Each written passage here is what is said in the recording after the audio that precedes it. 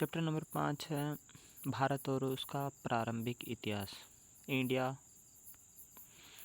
भारत है वो भारतीय उपमहाद्वीप का प्राचीन नाम है। प्रारंभिक काल से ही भारत में आध्यात्मिक और सांस्कृतिक एकता स्थापित रही है। हिमालय और दो समुद्रों के बीच यह महान मानवता की जीवन धारा ह्यूमैनिटी की ग्रेट ह्यूमैनिटी लाइफलाइन का अभिन्न अंग बन गया।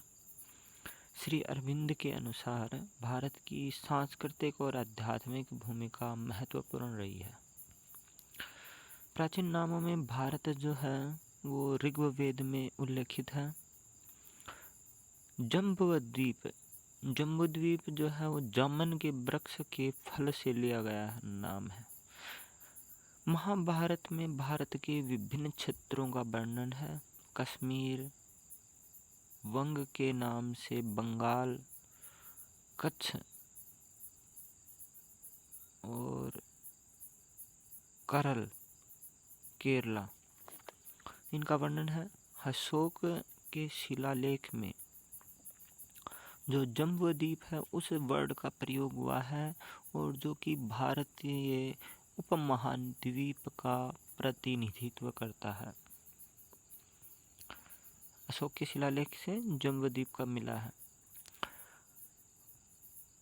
भारतीय उपमहाद्वीप में भारत का जो क्षेत्र है वो हिमालय से लेकर दक्षिण की नदियों और दो समुद्रों के बीच में है। सीमाएं समय के साथ बदलती रही हैं। पुरानी पुस्तकों में यात्रियों, तीर्थयात्रियों और शिलालेखों से भारत के अतीत का पता चलता है, जैसा कि हम अभी इतिहास शुरू कर चुके हैं। उत्तर पश्चिमी क्षेत्र का नाम सप्त सिंधु है। उत्तर और पश्चिमी क्षेत्र जो सप्त सिंधु है, पंजाब एरिया। भारतीय ग्रंथों में भारत, ऋग्वेद में भारतवर्ष का उल्लेख है, सबसे प्राचीन ग्रंथ है। उसके बाद में महाभारत में कई क्षेत्रों और नदियों का वर्णन है। भारतवर्ष जो है वो भारत का देश, लैंड ऑफ भरत का देश है भारतवर्ष। जम्बूद्वीप पूरे उपमहाद्वीप का नाम है। ऋग्वेद अशोक के जो शिलालेख हैं उसमें मिला है। अशोक ने 250 बिफोर क्रिसमस यानी कि बीसी सामान्य संवत पूर्व 250 सामान्य संवत पूर्व में शिलालेख में जम्बूद्वीप शब्द का प्रयोग किया था। विदेशी यात्रियों और उनके नाम। विदेशी यात्रियों में भी अलग अलग फारसी जो कि हिंदू भारत का नाम लिया था, उन्होंने सिंधु में स को है पढ़ के हिंदू नाम लिया था।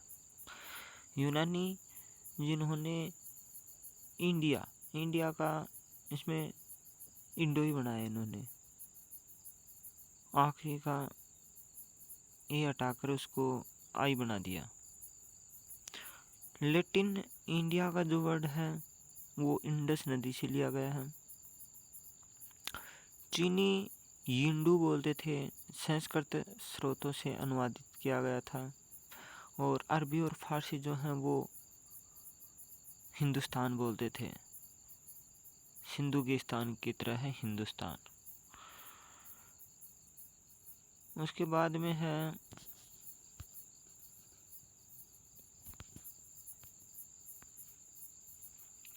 भारत की सांस्कृतिक और आध्यात्मिक एकता प्राचीन काल से है। भारत के प्राचीन नाम है। ऋग्वेद और महाभारत में इसका अतीत मिला है। हम पढ़ेंगे शब्दावली ग्लोसरी। इंडिया जो साउथ वेरिएंट है वो है Bharatam. English name of India geographical term from Sindhu river. Hindu Indian subcontinent Jambudvipa.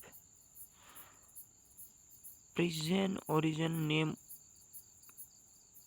Of India Persian origin है name for India Hindustan.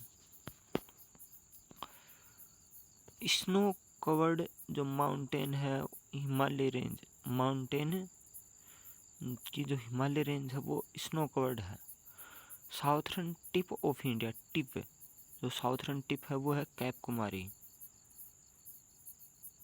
Visitor from outside India, foreign traveller, writing on stone और metal, inscription शिलालेख, inscription शिलालेख, historical objects as evidence, archaeological source, books, text, scriptures, ये होते हैं literacy source. Unified culture and traditions, culture unity, ये है 2300 वर्ष पहले का ग्रामीण भारत को दर्शाता हुआ एक दृश्य है, ग्रामीण भारत का, जो कि महान सांची के स्तूप का उत्तरी द्वार है।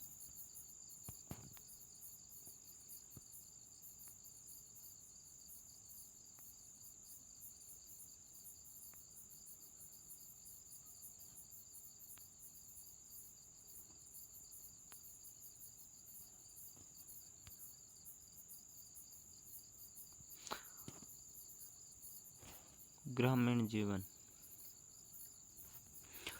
भारतीय संविधान जो कि सर्वप्रथम अंग्रेजी में लिखा गया था, उसकी शुरुआत में ही इंडिया दैट इज भारत वाक्यांश का प्रयोग किया गया है। संविधान के हिंदी अनुवाद में वही भारत अर्थात इंडिया को उल्लेखित किया गया है।